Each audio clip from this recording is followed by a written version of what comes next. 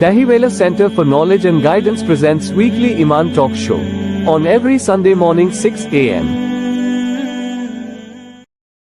Bismillahirrahmanirrahim. Alhamdulillahi Rabbil Alameen. Wassalatu wassalamu ala Sayyidina Muhammadin wa ala alihi wa sahbihi wa man tabi'ahum bi ihsanin ila yawmiddin. Subhanaka la ilma lana illa ma 'allamtana innaka antal alimul hakim. La hawla wa la quwwata illa billahil aliyyil alim. கண்ணியத்துக்குரிய இஸ்லாமிய சகோதர சகோதரிகளே, அல்லாஹு தாலாவுடைய பேரருளினால் ஃபஜ்ருடைய தொழுகைக்கு பின்னால் அல்லாஹ் ரசூல் பற்றிய சிந்தனைகளோடு திக்ருகளோடு சில விடயங்களை சிந்தனைகளை செவிமடுத்து அதன்படி வாழ்வதற்கான நல்லெண்ணத்தோடு இந்த ஜூம் தொழில்நுட்பத்தினூடாக நாங்கள் ஒன்று கூடியிருக்கிறோம். அல்லாஹு தாலா எங்கள் எல்லோரையும் பொருந்திக் கொள்வானாக. இன்றைய சிந்தனையிலே உங்களோடு மகிழ்வான குடும்ப வாழ்வும் அவ்வாறான மகிழ்வான குடும்ப வாழ்விலே அவ்வப்போது ஏற்படுகின்ற முரண்பாடுகளை கையாளுதலும் ஸல்லல்லாஹு அலைஹி வஸல்லம் அவர்களுடைய சீராவிலிருந்து முன்மாதிரிகளிலிருந்து சில கருத்துக்களை பகிர்ந்துள்ளாம் நினைக்கிறேன். இன்ஷா அல்லாஹ். உண்மையில் குடும்பம் ஒரு நிறுவனம். அதை ஏன் நாங்கள் நிறுவனம் என்று பேசுகிறோம் என்றால், உண்மையில் ஒரு நிறுவனத்திலே தலைமைத்துவ பொறுப்பு இருக்கும், அங்கத்துவங்கள் இருக்கும், பொருளாதார தேவைகள் இருக்கும், வரவு செலவு இருக்கும், பாதுகாப்பு பராமரிப்பு இவ்வாறான விடயங்களை உள்ளடக்கிய ஒரு மிக பெரும் நிறுவனம்தான் குடும்பம் என்பது. குடும்ப வாழ்க்கை சீரடையாவிட்டால் மனித வாழ்விலே நிம்மதி, மகிழ்ச்சி, சந்தோஷங்களை எல்லாம் இழந்து ஒரு நிராசையற்ற வாழ்வை நோக்கி அவன் நகர்வதற்கு முயற்சிப்பதை நாங்கள் பார்க்கிறோம். அந்த வகையிலே ஸல்லல்லாஹு அலைஹி வஸல்லம் அவர்களுடைய குடும்ப வாழ்வை பொறுத்தவரையில் அவர்களுடைய இந்த உலகத்தின் இந்த மார்க்கத்தை நிலைநாட்டுகின்ற பணிகளுக்கு மத்தியிலும் அவருடைய பல திருமண அங்கத்துவத்துக்கு மத்தியிலும் இந்த மார்க்கத்தை இந்த உலகத்தில் இக்காமத் படுத்த வேண்டும் என்கின்ற கடமையை சுமந்தவர்கள் என்ற மத்தியிலும் சுருக்கமாக ஸல்லல்லாஹு அலைஹி வஸல்லம் அவருடைய வாழ்க்கையை நாங்கள் ஒட்டுமொத்தமாக பார்த்தால் எல்லா நிலவரங்களுக்கு மத்தியிலும் அவர்களுடைய வாழ்க்கை மகிழ்வாகத்தான் இருந்திருக்கிறது. அவ்வப்போது அவர்களுடைய மகிழ்வான வாழ்க்கையிலே அவர்களுடைய மனைவியர்களால் ஏற்பட்ட பல்வேறு முரண்பாட்டு நிலை, அசௌகரியங்களின் போதெல்லாம் அவைகளை மிகச்சரியாக அழகாக கையாண்டு அவர்கள் அந்த வாழ்வை மகிழ்வாக ஆக்கி கொண்ட முன்மாதிரிகளும் நிறையவே ஸல்லல்லாஹு அலைஹி வஸல்லம் அவருடைய வாழ்க்கையில் நாங்கள் பார்க்கலாம். ஸல்லல்லாஹு அலைஹி வஸல்லம் அவருடைய வாழ்க்கை சுருக்கமாக 3 அடிப்படைகளுக்குள் நாங்கள் கொண்டு வரலாம். ஒன்று, அவர்களின் இல்லற குடும்ப வாழ்வினுடைய புனிதத்துவம். நபிகளார் ஸல்லல்லாஹு அலைஹி வஸல்லம் அவர்களுடைய ஒட்டுமொத்த நீங்கள் வாழ்க்கையை நாங்கள் பார்த்தோம்னு சொன்னால், முதலாவது பகுதி என்னென்றா, ஸல்லல்லாஹு அலைஹி வஸல்லம் அவர்களுடைய இல்லற குடும்ப வாழ்வினுடைய புனிதத்துவம் எவ்வாறு காணப்பட்டது. இரண்டாவது விஷயம், அவர்களுடைய குடும்பவியல் வாழ்க்கை ஒரு பக்கம், தீனை நிலைநாட்டும் பணி இன்னொரு பக்கம், இவைகளுக்கிடையிலான சமநிலை பேணல். ஸல்லல்லாஹு அலைஹி வஸல்லம் எந்த அளவு தூரம் இந்த தீனை இந்த உலகத்தில் நிலைநாட்டுகின்ற விடயத்திலும் சமகாலத்தில் குடும்பத்தை பராமரித்த நிலையிலும் இவ்விரு விடயங்களுக்கு இடையிலும் எப்படி சமநிலை பேணி வாழ்ந்தார்கள் என்பது மற்றும் ஒரு பகுதி.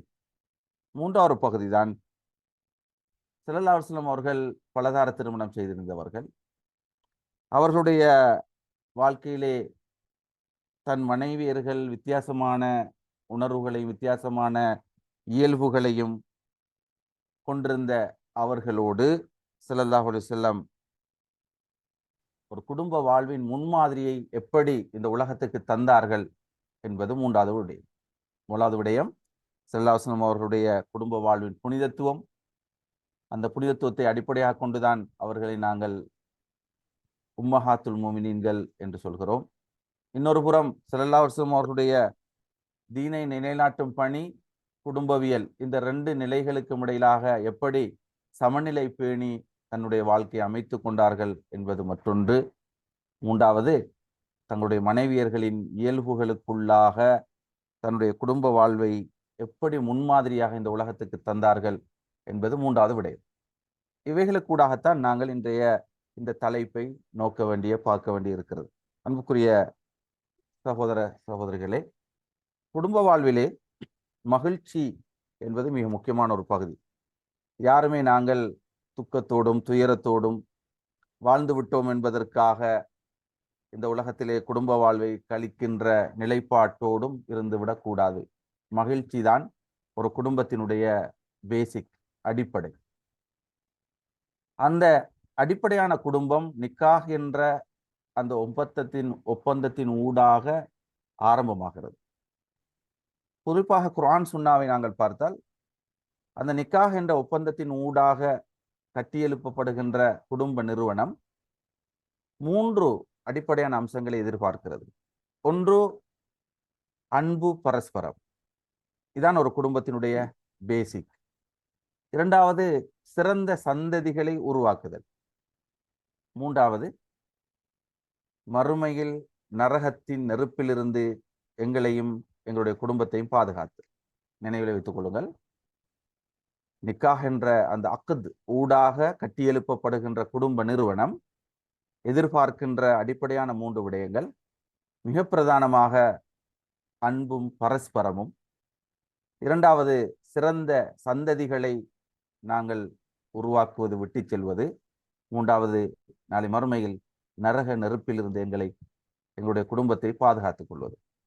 எனவே குடும்ப வாழ்க்கை மகிழ்ச்சியாக சந்தோஷமாக இருக்க வேண்டும் என்றால், பலரும் பல்வேறு கோணத்திலே இந்த குடும்ப வாழ்வின் மகிழ்ச்சியை பேசுவார்கள். நான் 6 விடயங்களை முன்வைப்பதின் ஊடாக குடும்ப வாழ்வின் மகிழ்ச்சியை கண்டுகொள்ளலாம் என்று முன்வைக்க விரும்புகிறேன்.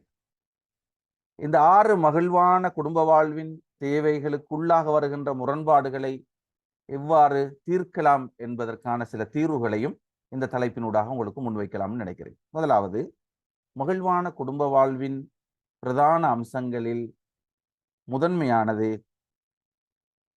பெண் மாப்பிள்ளை தெரிவு. இது திருமணத்தினுடைய வாயல், குடும்ப வாழ்வினுடைய வாசல். கணவன் மனைவி தெரிவு என்பது இஸ்லாம் வைத்திருக்கின்ற மிக முக்கியமான அடிப்படையான அம்சம். ஏனென்றால் முன்கோணம் முற்றிலும் கோணம் என்று சொல்வார்கள். குடும்ப வாழ்வை ஆரம்பிக்கின்றதில் கணவன் மனைவி தெரிவு, பெண் மாப்பிள்ளை தெரிவு என்பது இஸ்லாம் வலியுறுத்துகின்ற ஒரு அடிப்படையான அம்சம். மகிழ்ச்சியான குடும்பத்தை கட்டியெழுப்புவதற்கான அத்திவாரம். ஏன் நான் இதை சொல்கிறேன் என்றால், குர்ஆன் ஆடைக்கு உவமானம் சொல்லும் குடும்ப வாழ்வை. புன்ன லிபாசுன் லக்கும் வ அந்தும் லிபாசுன் லகுன்ன. ஆடைக்கு உவமானம் சொல்லுகின்ற காரணம் என்னவென்றால், நாங்கள் எங்களுடைய ஆடையை தெரிவு செய்கின்றோம். அது தெரிவோடு சம்பந்தப்படுகிறது. அந்த தெரிவு 4 அடிப்படைகளில் அமைய வேண்டும், அமைத்துக் கொள்கிறோம். ஒன்று என்ன? அது அழகாக இருக்கிறது என்பதற்காக அந்த ஆடையை தெரிவு செய்கிறோம். வேறு எதையும் நாங்கள் யோசிப்பது கிடையாது. அந்த ஆடை அழகாகவும் தனக்கு அணிந்தால் பியூட்டியாக இருக்கும் என்பதற்காகவும் நாங்கள் தெரிவு செய்வதை பார்க்கிறோம். இரண்டாவது, பெருமைக்காக சில நேரங்களில் நாங்கள் தெரிவு செய்வோம். எக்ஸ்பென்சிவ், அதனுடைய அந்த அணிந்தால் எனக்கு பெருமை கிடைக்கும், அப்படியான பெருமதியான ஆடை என்பதற்காக நாங்கள் தெரிவு செய்கிறோம். மூன்றாவது, என்ன விலை கொடுத்தேனும் அதை வாங்குவதற்கு நாங்கள் முயற்சி செய்வோம், என்ன பெருமதி என்றாலும் பரவாயில்லை. நாலாவது யோசிக்கின்ற ஒன்றுதான் பெரும்பாலும், அது என்னுடைய உடலை, ஔரத்தை மறைக்கும் தக்கதாக இருக்கிறதா, என்னுடைய கண்ணியத்தை பாதுகாக்கக்கூடியதாக இருக்கிறதா என்பதற்காகவும் நாங்கள் தெரிவு செய்வோம். இதை நாங்கள் ஸல்லல்லாஹு அலைஹி வஸல்லம் அவருடைய கணவன் மனைவி தெரிவு விடயத்தை சொன்ன ஹதீஸோடு ஒப்பிட்டு பார்த்தால், ஒரு பெண் அவளுடைய அழகுக்காக தெரிவு செய்யப்படுகிறாள், அவளுடைய வம்சத்துக்காக தெரிவு செய்யப்படுகிறாள், குடும்ப பெருமைக்காக, பொருளாதாரத்துக்காக அந்த பொருளாதார பெறுமதிக்காக தெரிவு செய்யப்படுகிறாள், மற்றும் ஒன்று தீனுக்காக தெரிவு செய்யப்படுகிறாள். எனவே ஒரு ஆடை தெரிவில் இருக்கின்ற அந்த அழகை பார்த்தல், பெருமைக்குரிய ஆடையாக இருக்கிறதா என்று பார்த்தல், மிக பெருமதியான எக்ஸ்பென்சிவ் உடையதாக இருக்கிறா என்று பார்த்தல் போல, கணவன் மனைவி தெரிவிலையும் நாங்கள் அழகை பார்க்கிறோம், பெருமானத்தை பார்க்கிறோம், பெருமையை பார்க்கிறோம். இந்த ரெண்டு விடயத்தையும் குர்ஆன் சொல்லுகின்ற போது சொல்கிறது, லிபாசு தக்வா தாலிக ஹைர். இறையுணர்வை, இறையச்சத்தை தருகின்ற ஆடைதான் சிறந்த ஆடை, தக்வா என்ற ஆடைதான் சிறப்பானது என்று சொல்வதனூடாக ஆடை தெருவிலே தக்வா என்ற உணர்வை தன் உடலுக்கு தருகின்ற, உள்ளத்துக்கு தருகின்ற அந்த நிலையைத்தான் எடுத்துக்கொள்ள வேண்டும்.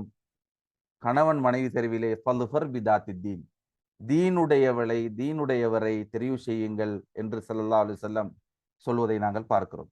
எனவே ஆடைக்கு ஓமானம் சொன்ன குடும்ப வாழ்விலே, கணவன் மனைவி உறவிலே, முதலாவது ஆடை எப்படி தெரிவோடு சம்பந்தப்படுகிறதோ, கணவன் மனைவி, ஆண் பெண் என்ற திருமண தெரிவும் தீனுடையதாக இருக்க வேண்டும். தீனுடையதாக இருந்தால்தான் மகிழ்ச்சியினுடைய மிக முக்கியத்துவம் வாய்ந்த அம்சமாக ஸல்லல்லாஹு அலைஹி வஸல்லம் அவர்களை சொல்லி தந்த ஒரு விடயமாக நாங்கள் பார்க்கலாம். ஸல்லல்லாஹு அலைஹி வஸல்லம் சொன்ன இந்த ஹதீஸுக்கு இமாம் குவாரிஸ்மி கணித மேதை ஒரு தெளிவான விளக்கத்தை சொல்கிறார். இதை நாங்கள் மிக அழகாக புரிந்து கொள்ளலாம். தெரிவு என்பது எப்படி இருந்தால் எப்படி அமையும்? இமாம் குவாரிஸ்மி சொல்கிறார்கள், ஸல்லல்லாஹு அலைஹி வஸல்லம் அவர்கள் தீனை அடிப்படையாக கொண்டு குடும்ப வாழ்வை கட்டி எழுப்புங்கள் என்று சொன்னாங்களே ஸல்லல்லாஹு அலைஹி வஸல்லம், அதற்கு நீங்கள் இலக்கம் 1 என்பதை போட்டுக்கொள்ளுங்கள். இப்பொழுது அங்கே அழகு இருக்கிறது, தெரிவு செய்யப்பட்ட பெண்ணிலே அழகு இருக்கிறது, இன்னும் ஒரு பூஜ்ஜியத்தை போட்டுக்கொள்ளுங்கள். பெருமானம் 10. அவருடைய வம்சம், குடும்பம், பரம்பரை நல்லவர்கள், இன்னும் ஒரு பூஜ்ஜியத்தை போட்டுக்கொள்ளுங்கள், 100ஆக மாறுகிறது. அவர்களுடைய சொத்து செல்வங்கள் எல்லாம் நிறைந்திருக்கிறது, இன்னும் ஒரு பூஜ்ஜியத்தை போட்டுக்கொள்ளுங்கள். 1 என்ற தீனுக்கு பின்னால் 3 பூஜ்ஜியங்கள் வந்திருக்கிறது. 1000 என்ற பெருமானம் அதற்கு கிடைக்கிறது. எவ்வளவு அழகாக சொல்கிறார் பாருங்கள் இமாம் குவாரிஸ்மி ரஹ்மஹுல்லா, ஒரு கணித மேதை. அவருடைய அந்த கணிதத்துவ புலமையோடு இந்த ஹதீஸை விளங்கப்படுத்துகிறார். இப்போது சொல்கிறார், அழகுக்கு நீங்கள் போட்ட அந்த பூஜ்ஜியம், வம்சத்துக்கு போட்ட அந்த பூஜ்ஜியம், அதே நேரம் அவருடைய சொத்து செல்வங்களுக்காக போட்ட பூஜ்ஜியம் 3ம் இருக்கிறது. இந்த ஒன்றை, இலக்கம் 1ஐ எடுத்து விடுங்கள், மிஞ்சுவது பூஜ்ஜியம் மட்டும்தான். அந்த இலக்கம் 1 இருக்கின்ற போதுதான் பின்னால் இருக்கின்ற அந்த பூஜ்ஜியங்களுக்கு பெருமானம் சேர்க்கிறது. குடும்ப வாழும் அப்படித்தான். இந்த 1 என்ற இலக்கம் இல்லாமல் வெறும் அழகுக்காகவும், பணத்துக்காகவும், வம்ச பெருமைக்காகவும் உங்களுடைய கல்யாண திருமண தெரிவு இருக்குமானால் அதிலே எந்த பெருமானமும் இல்லை. மாறாக தீன், இந்த மார்க்கத்தின் அடிப்படையில் தெரிவு செய்து அந்த திருமணத்தை ஆரம்பித்தால் அந்த வாழ்க்கை மகிழ்ச்சியாக, கண்ணியமாக கட்டி எழுப்பப்படுகிறது. என்ன சொல்ல வருகிறேன் என்றால், மகிழ்வான குடும்பத்தின் அத்திவாரம் கணவன் மனைவி தெரிவு. இதுதான் மிக முக்கியமானது. இவைகளை நாங்கள் இந்த சந்தர்ப்பத்தில் நினைவுபடுத்திக் கொள்கிறோம். இப்போது திருமணம் நடந்து விட்டது. அந்த தெரிவினூடாகத்தானே திருமணம் நடக்கும். அதற்கான நிபந்தனைகள், அதற்கான இஸ்லாத்தின் வரையறைகளோடு அந்த திருமணம் நடைபெற்று ஒப்பந்தத்தினூடாக வாழ்க்கை ஆரம்பமாகின்ற போது மகிழ்வான குடும்பத்தின் அடுத்த அம்சமாக இஸ்லாம் சொல்கின்ற விடயம்தான் அன்பும் அதன் வெளிப்பாடு.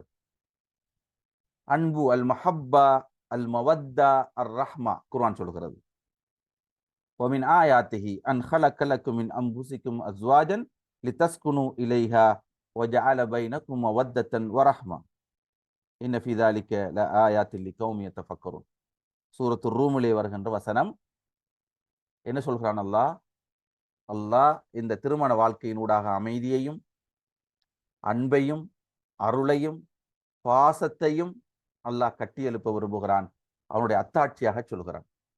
எனவே அன்பு என்பது மனித குடும்ப வாழ்வினுடைய அத்திவாரம். இந்த அன்பு பரஸ்பரம், அந்த அன்பு வெறுமனை உள்ளத்தில் மாத்திரம் அடக்கி முடக்கி வைக்கின்ற ஒரு அம்சம் அல்ல, அது வெளிப்படுத்தப்பட வேண்டும். இது மிகப்பெரிய சுண்ணா. நிறைய குடும்ப வாழ்க்கையில நாங்க பார்க்கலாம், அன்பு இருக்கிறது, வெளிப்பாடு இல்லை. உங்கள நான் அன்பு என்று மனைவி சொல்வாள், கணவரும் சொல்லிக் கொள்வார், பெற்றோர்கள் பிள்ளைகளுக்கும் சொல்லிக் கொள்வார்கள். ஆனால் வெளிப்பாட்டிலே, செயற்பாடுகளிலே அந்த அன்பை காண முடியவில்லை. ஆனால் ஸல்லல்லாஹு அலைஹி வஸல்லம் அவங்களோட லைஃப்ல அன்பு இருந்தது, அன்பு வெளிப்பட்டது. இந்த ரெண்டையும் சமகாலத்திலே செய்தார்கள். குடும்பம் மகிழ்ச்சியாக போய்க்கொண்டே இருந்தது. ஒரு தடவை ஆயிஷா ரலியல்லாஹு அன்ஹா அவர்கள் கேட்கிறார்கள், யா ரசூலல்லாஹ், ஐயுன் நாஸ் அஹப்பு இலைக்கு யா ரசூலல்லாஹ், உங்களுக்கு மிக மஹப்பத் அன்பு யார் மீது என்று கேட்டபோது, கால ஆயிஷா ரலியல்லாஹு அன்ஹா, ஆயிஷா என்று சொன்னார்கள் தன்னுடைய மனைவி. ஒமினர் ரிஜால், ஆண்களில் கால அபூஹா,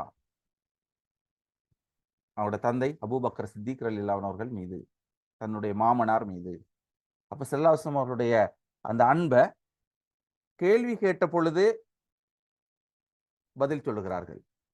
அதே நேரம் அன்பை சொன்னதோடு மட்டுமல்ல, அன்பை எப்படி வெளிப்படுத்தி சொன்னார்கள் என்றால், ஆயிஷாவே, ஃபலுலு ஆயிஷா அலா சாயிரின் நிசா, ஏனைய பெண்களை விட ஆயிஷாவினுடைய சிறப்பு எப்படி என்றால், கஃபலுலி சரீதின் அலா சாயிரி தஆம், ஏனைய உணவுகளுக்கு மத்தியிலே சரீத் என்ற மிக பெருமதியான அந்த உணவை போல என்று நபிகள் நாயகம் ஸல்லல்லாஹு அலைஹி வஸல்லம் அவர்கள் சொன்னார்கள். அன்று சரீத் என்ற உணவு, விருப்பமான ஒரு சுவையான அந்த உணவை உவமானம் கூறி சொன்னார்கள். இந்த சரீத் என்ற உணவு ஏனைய உணவுகள் வைத்திருந்தால் எப்படி அன்போடும் விருப்பத்தோடும் அதனை அனுபவிப்போமோ, அதே போல் ஆயிஷா, நீங்கள் ஏனைய பெண்களை விட சிறப்பானவர்.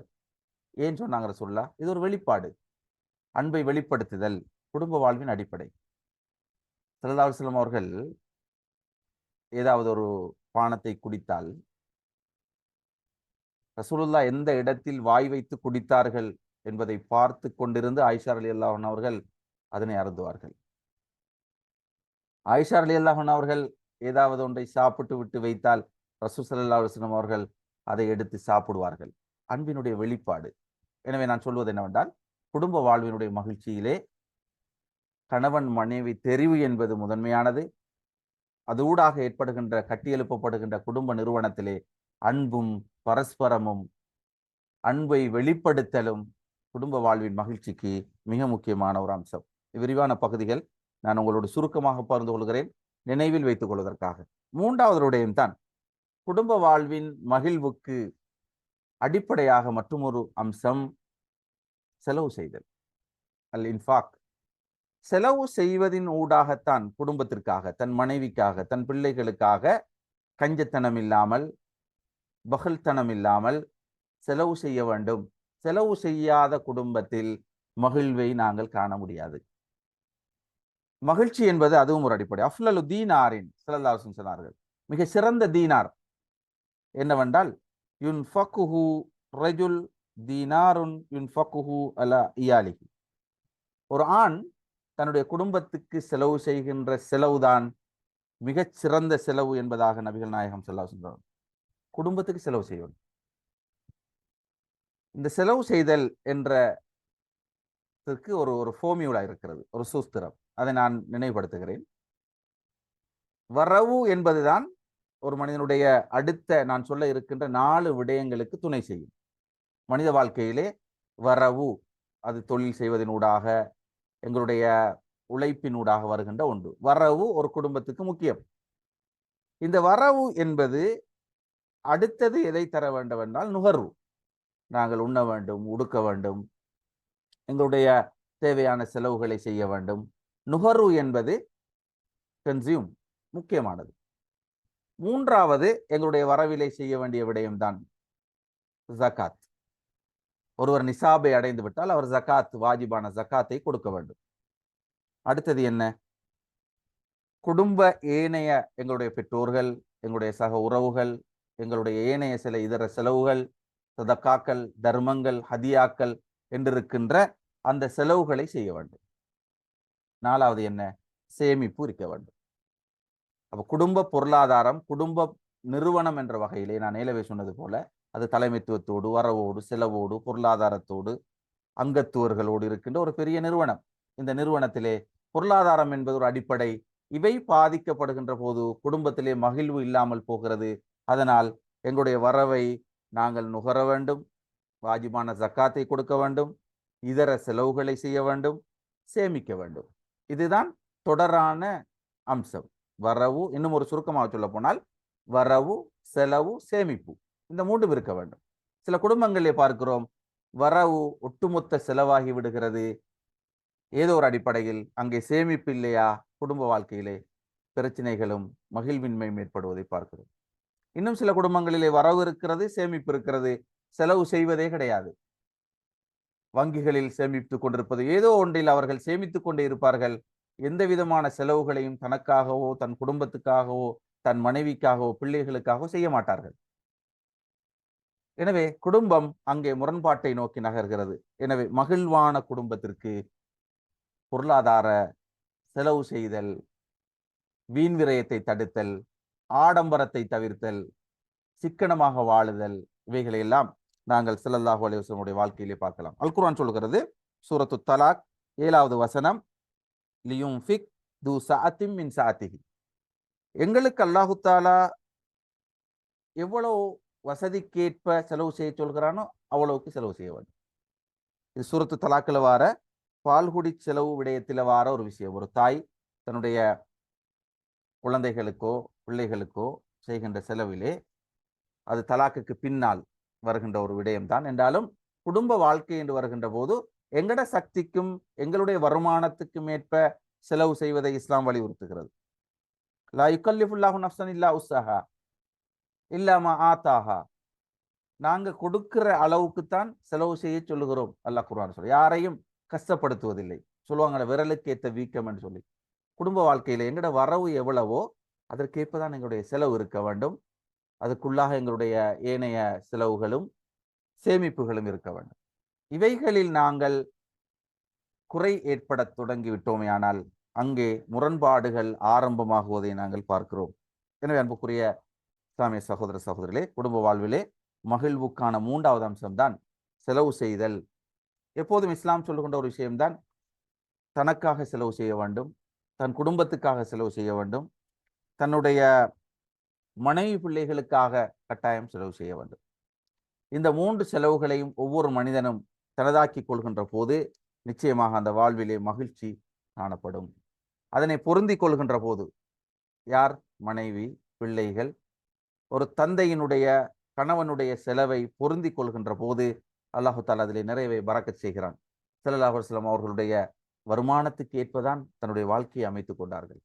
கண்ணியமாக இருந்தார்கள், கௌரவமாக வாழ்ந்தார்கள், அதிலே திருப்தி கண்டார்கள்.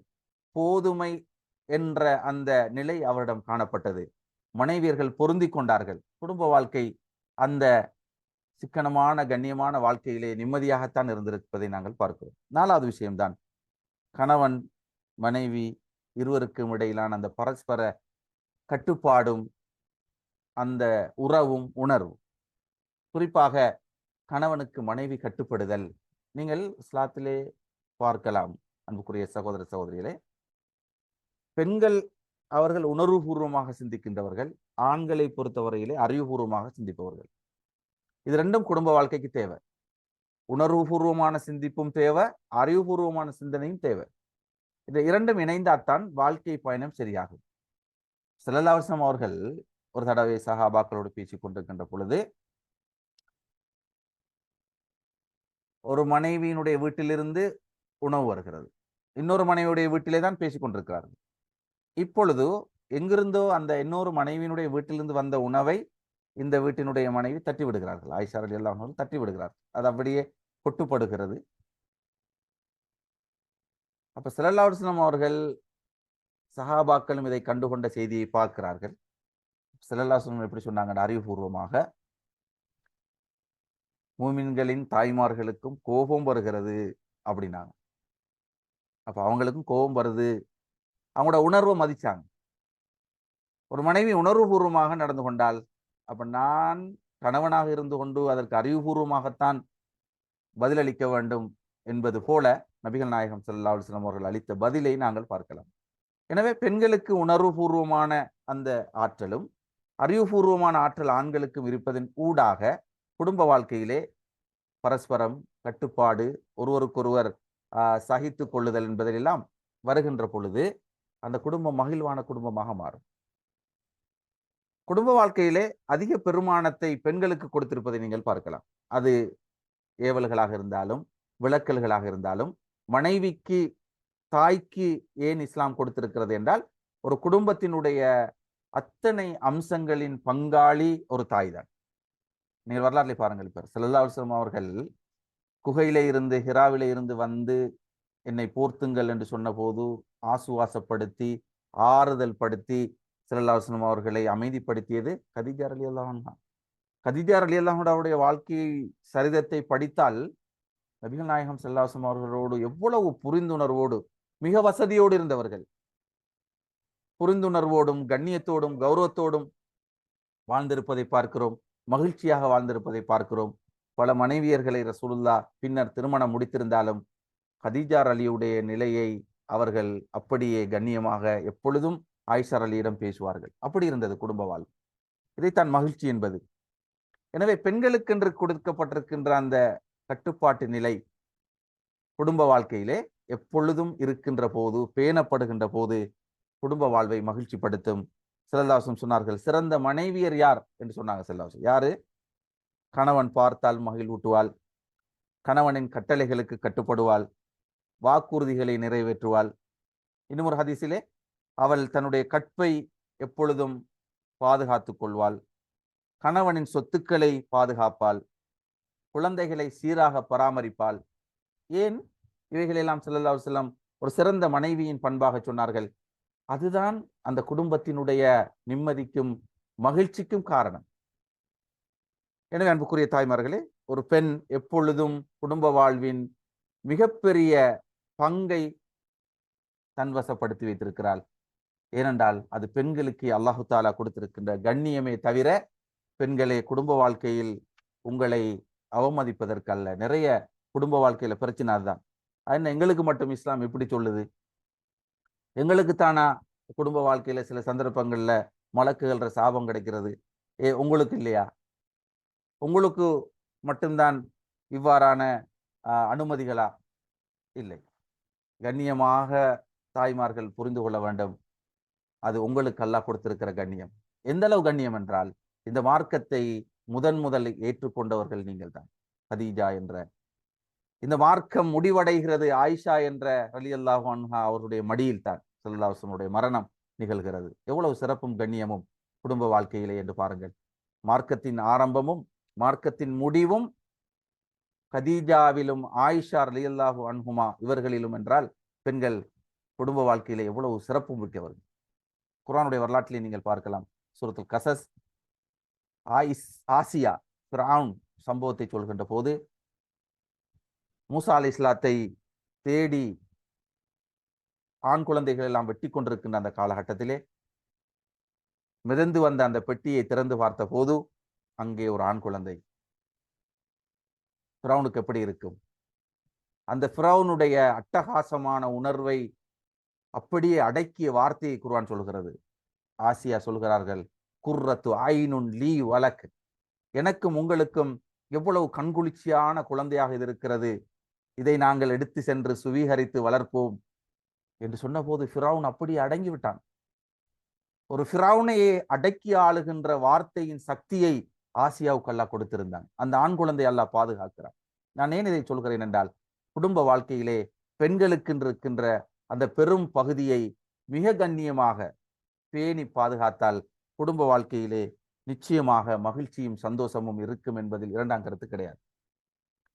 ஐந்தாவது விடயம்தான் நம்பிக்கை இருக்க வேண்டும், புரிந்துணர்வு இருக்க வேண்டும், சந்தேகங்களை தவிர்க்க வேண்டும். இவைகளெல்லாம் குடும்ப வாழ்க்கையின் மகிழ்ச்சிக்கு அடிப்படையானவை. ஆறாவது, விட்டுக் கொடுப்புகள் இருக்க வேண்டும். எப்பொழுதும் எங்களுக்கு மத்தியிலே வருகின்ற கணவன் மனைவிக்கு மத்தியிலே வருகின்ற முரண்பாடுகள், சண்டைகள், இவைகளின் போதெல்லாம் ஒருவருக்கொருவர் விட்டுக் கொடுக்க வேண்டும். எனக்கு ஞாபகம் வருகிறது இமாம் அஹ்மது இப்னு ஹம்பல் ரஹிமஹுல்லா அவரது மன வாழ்க்கையில மகிழ்ச்சியற்ற நிலையை கண்டதே கிடையாது. மகிழ்ச்சியா தான் இருந்தாங்க இப்ப.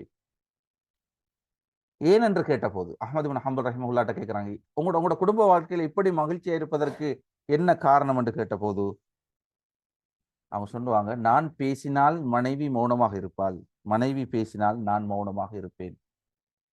எவ்வளவு அருமையான தத்துவம்! ஏனென்றா பிரச்சனை வாரதான் எங்களுக்குள்ள, அதான் விளக்கம்.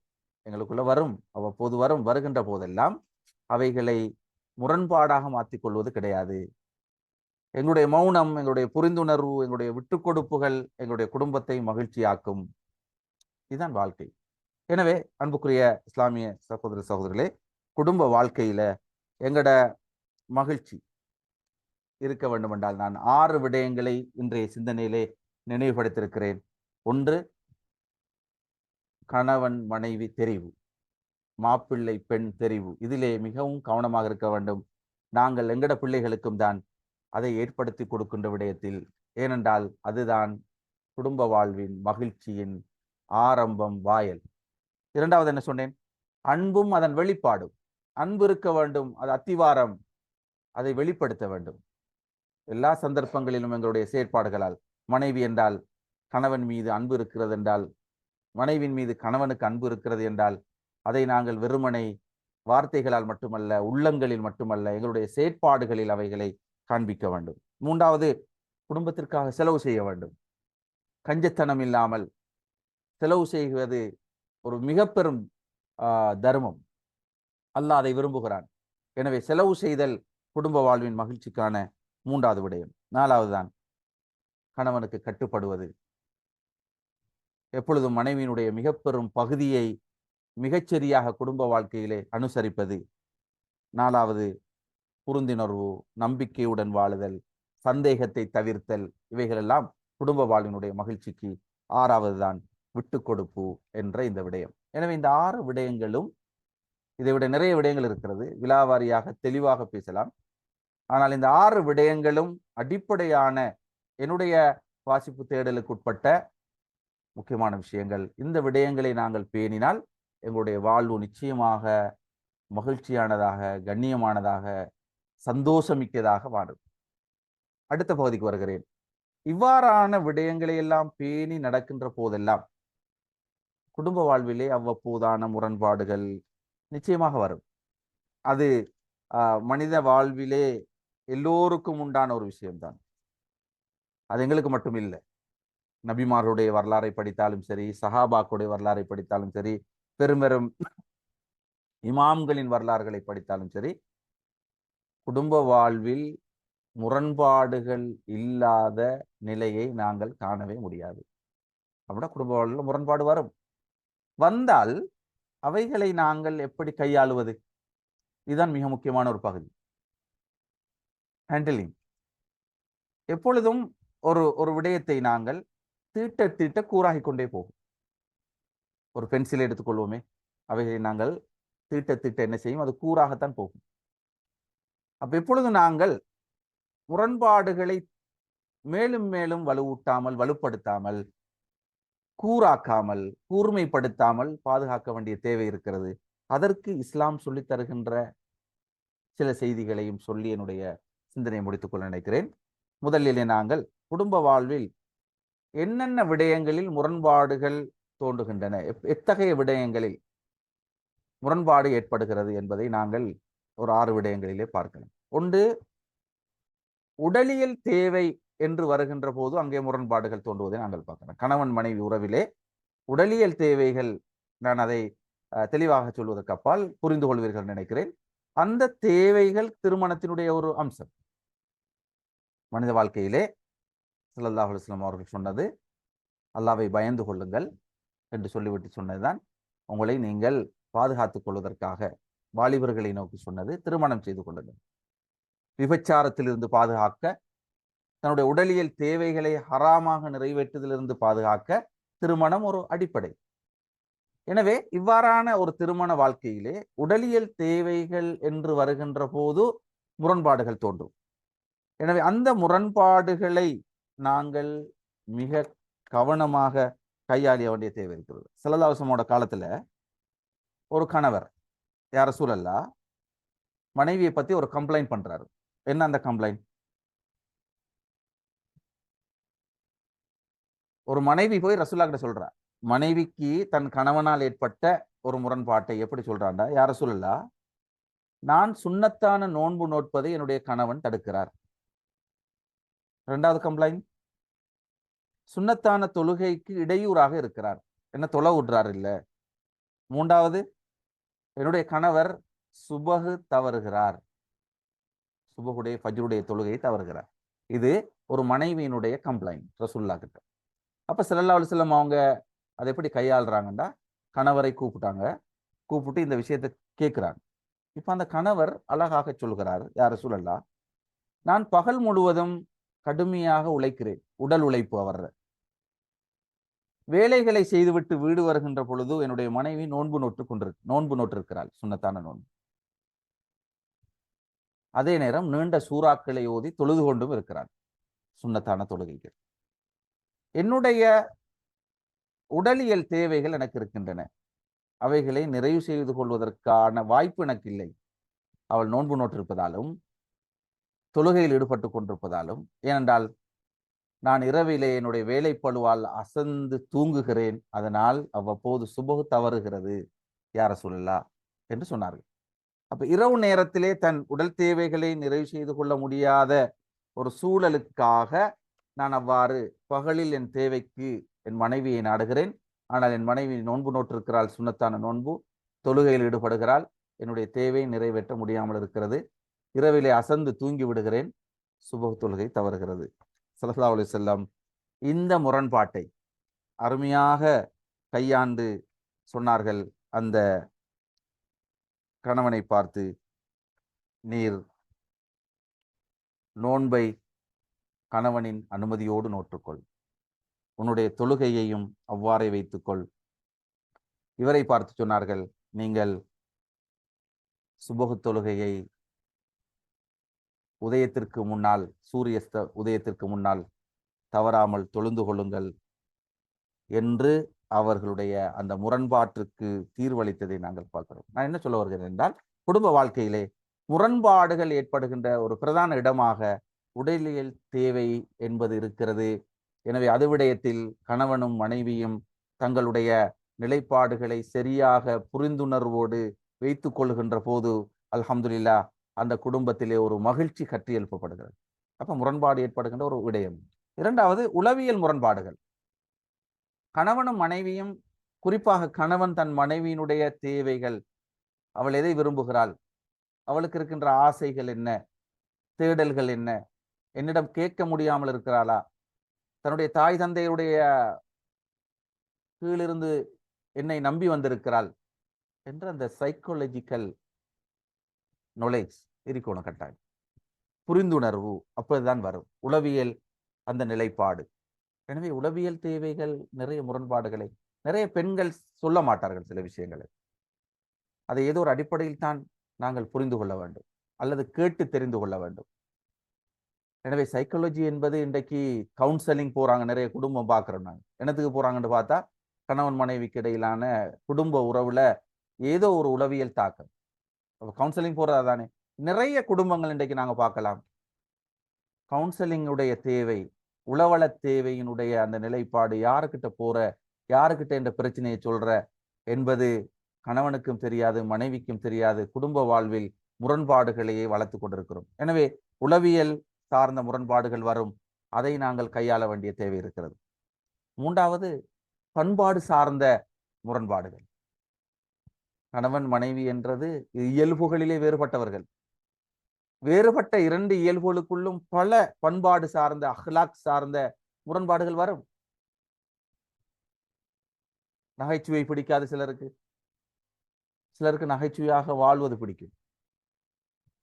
சிலருக்கு அதிகம் செலவு செய்வது பிடிக்காது. மனைவி கஞ்சத்தனமாக இருப்பார், கணவன் ஊதாரியாக இருப்பார். கணவன் கஞ்சத்தனமாக இருப்பார், மனைவி கடும் ஆடம்பரமாக இருப்பார். இப்படி பேசுகின்ற வார்த்தைகளில் இங்கிதமாக பேச தெரியாத, மனைவியினுடைய குடும்பத்தை அல்லது கணவனுடைய குடும்பத்தை மாமா மாமிய பெற்றோரை அரவணைக்கின்ற விடயத்திலே இருக்கின்ற ஏற்றத்தாழ்வுகள், இப்படியெல்லாம் நாங்கள் குடும்பத்திலே பண்பாடு சார் முரண்பாடுகள் வருவதை பார்க்கிறோம். இவைகளை நாங்கள் சரியாக கையாள வேண்டும். 4வது பொருளாதார ரீதியான முரண்பாடு.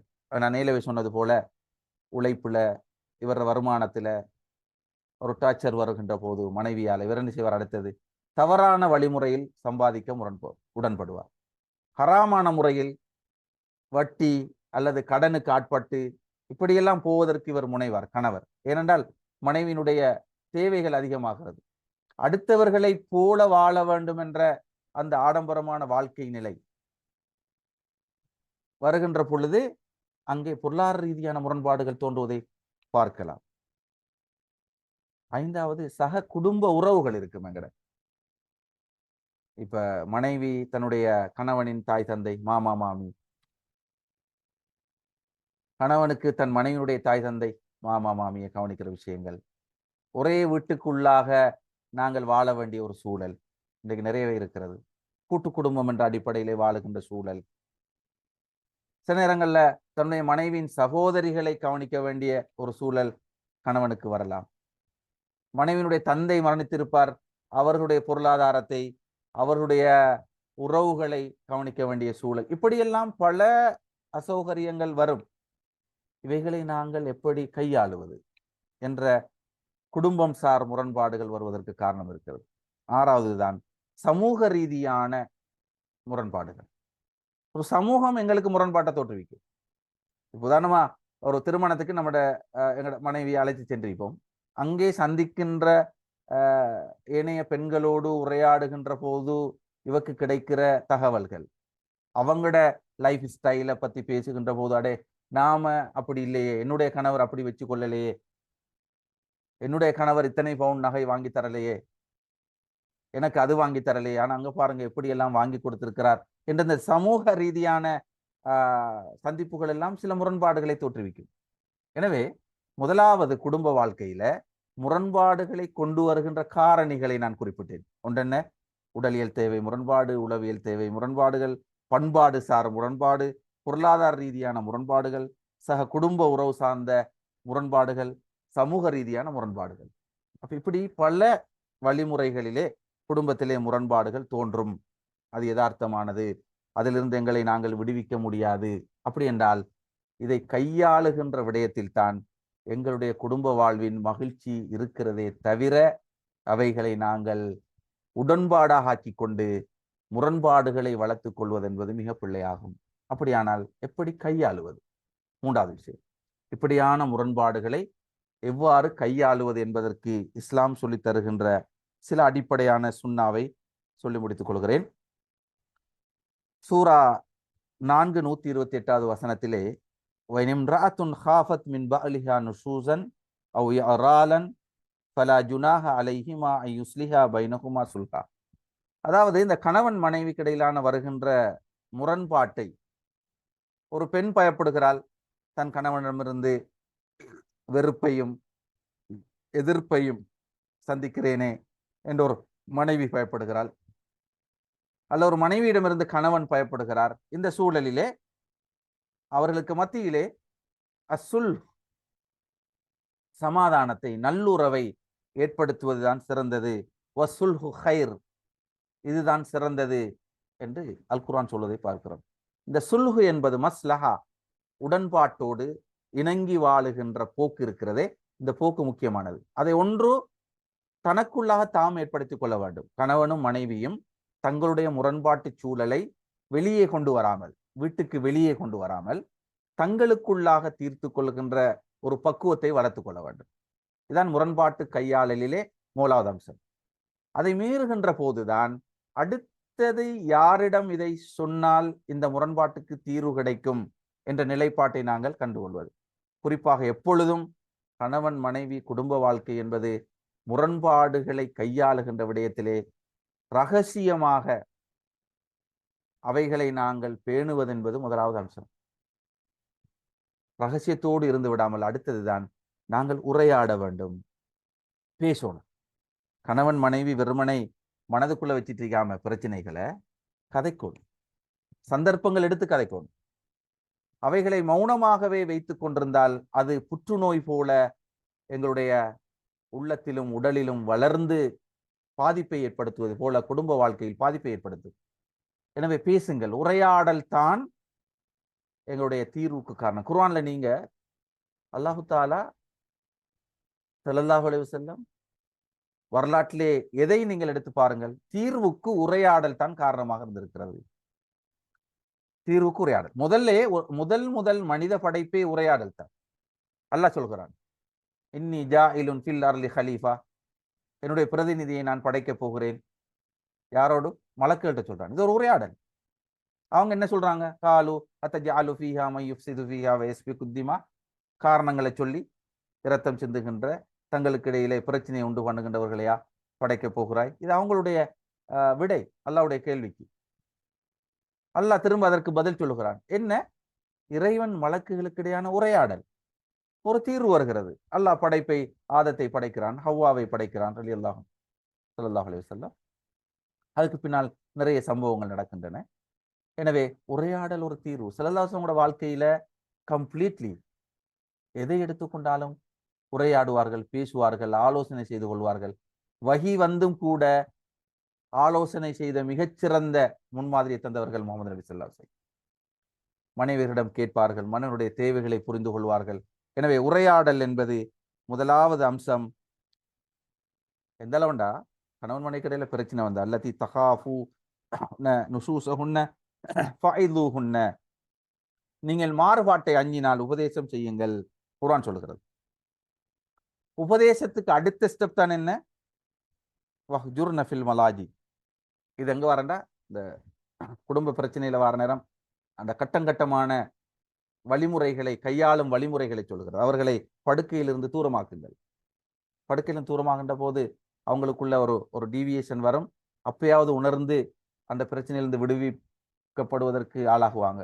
அந்த கட்டத்தையும் தாண்டினா வதரிபுஹுன்ன, கொஞ்சம் சாந்தமாக அடியுங்கள் என்று சொல்கிறது. இதற்கெல்லாம் நீண்ட நெடிய விளக்கங்கள் உண்டு. அது எப்படி அவர் அடிக்கிற இல்லை, அதுக்கான சில ஷரியாவினுடைய சட்ட விதிமுறைகள் உண்டு. அதையும் தாண்டினால்தான் ஒன்று உபதேசம் செய்து பார்க்கிறோம், படுக்கையிலிருந்து தூரப்படுத்தி பார்க்கிறோம், சற்று இலகுவாக அடிக்கிறோம். இன் ஹிஃப்தும் ஷிகாக்க பைனஹுமா, அந்த ரெண்டு பேருக்கும் இடையில பிளவு வந்து விவாகரத்தில் போய் முடியும் என்று இருந்தால் இரண்டு தரப்பிலிருந்தும் இரண்டு நடுவர்களை நியமித்து யுரீதா இஸ்லாஹன், அவர்கள் என்ன செய்யணும்? சமாதானத்தை ஏற்படுத்துவார்கள் என்றிருந்தால் யுவஃபிகுல்லாஹு பைனஹுமா, அல்லாஹு தஆலா அவர்களுக்கு அல்லாஹ் தௌஃபீக் செய்து விட்டான், நல்லுதவி செய்து விட்டான். அப்ப என்ன சொல்கிறேன் என்றால், முரண்பாடுகளை உடன்பாடுகளாக மாற்றிக்கொள்வதற்கு,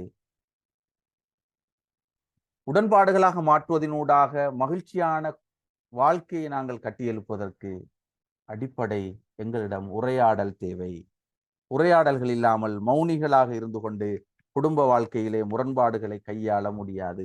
எனவே அன்புக்குரியவர்களே, நாங்கள் உரையாடுவோம், பேசுவோம், கதைப்போம், கணவன் மனைவி ஒரு அமர்வோம், நேரம் எடுத்துக்கொள்வோம். பிஸி ஷெடியூல் இன்னைக்கு ஏன் இந்த முரண்பாடுகளுக்கு அடிப்படை காரணம் என்றால் நீங்க பார்க்கலாம், பிஸி ஷெடியூல். அதிகமாக கணவனுக்கு பிஸி, மனைவிக்கு பிஸி, ஈவன் பிள்ளைகளுக்கும் பிஸி. ஒரு இடத்திலிருந்து ஒன்றாக கலந்துரையாடி பிரச்சனைகளை பேசி தீர்வு காண்பதற்கு சந்தர்ப்பம் இல்லாத ஒரு மிக பெரும் சூழலை நாங்கள் பார்க்கிறோம். ஆகவே பேச்சுவார்த்தை ஈடுபடுவோம், உபதேசங்கள் செய்வோம். அடுத்த அம்சம். அடுத்தது நியாயங்களை உணர்ந்து செயற்படுவோம். நிதானம், சகிப்புத்தன்மை, பொறுமையை கடைபிடிப்போம். நம்பிக்கை, நாணயம், நீதி பேணக்கூடிய மூன்றாம் நபர் ஒருவரை அழைத்து, நான் சொன்னதெல்லாம் தாண்டி போகுதுண்டா, நாங்கள் அழைக்கப்படுறாக்கள் நம்பிக்கையான, நீதமான, கண்ணியமான ஆக்கள் அறிக்கணும். நாங்க சில உபதேசங்களை கேட்கிறண்டாலும் இந்த முரண்பாட்டுக்கு தீர்வு செல்லுங்க என்று அதை கையாளுறால். கடைசியாக சொல்கிறேன், நாங்கள் எப்பொழுதும் அடிக்கடி இந்த மார்க்கத்தின் துணை கொண்ட முன்மாதிரியான விஷயங்களை வாசிக்கணும். உம்மஹாத்துல் முஃமின்களுடைய, சஹாபாக்களுடைய, நபிமார்களுடைய, மிக பெரும் அறிஞர்களுடைய வாழ்க்கைகள் எல்லாம் எப்படி இருந்திருக்கிறது, அவர்கள் எப்படி தீர்வு கண்டிருக்கிறார்கள் என்ற விடயங்களை பார்க்க வேண்டும். எனவே அல்லாஹு தாலா எங்கள் எல்லோருக்கும் அருள் புரிய வேண்டும். முரண்பாடுகளை, அதாவது குடும்ப வாழ்வில் மகிழ்ச்சியாக இருக்க வேண்டும் என்றால் எப்பொழுதும் கணவன் மனைவி தெரியும் விடயம், அன்பு அதன் வெளிப்பாடு, குடும்பத்துக்காக செலவு செய்தல், கணவனுக்கு கட்டுப்படுதல், புரிந்துணர்வு நம்பிக்கையுடன் நடத்தல், விட்டு கொடுத்தல் என்ற விடயங்களோடு, முரண்பாடுகளை தோற்றுவிக்கின்ற நான் ஏலவே சொன்ன காரணிகளுக்குள்ளாக அதை எப்படி கையாள வேண்டும், பேச்சுவார்த்தை, உபதேசங்கள், நியாயங்களை உணர்தல், நிதானம், சகிப்புத்தன்மை, பொறுமையை கடைபிடித்தல், நம்பிக்கை, நாணயம், நீதிமிக்கவர்களை அழைத்து அதனை நாங்கள் தீர்வு காணுதல், ஆலோசனை வழிகாட்டல்களை செய்து வாழுதல். எனவே குடும்ப வாழ்விலே மகிழ்ச்சியாகவும் கண்ணியமாகவும் நாங்கள் வாழ்ந்து எங்களுடைய வாழ்க்கையை சந்தோஷகரமான வாழ்க்கையாகவும் அல்லாஹ்வுடைய திருப்தியையும் நாளை மறுமையில் சுவனத்தையும் அந்த சுவனத்தில் கூட கண்ணியமாக கௌரவமாக வாழுகின்ற குடும்பமாகவும் அல்லாஹு தாலா எங்கள் அனைவரையும் மாற்றி அருள்வானாக. ஆமீன். வாஹிர் தவானா அனில் அல்ஹம்துலில்லாஹி ரபில் ஆலமீன். அஸ்ஸலாமு அலைக்கும் வரஹ்மத்துல்லாஹி வபரகாத்துஹு.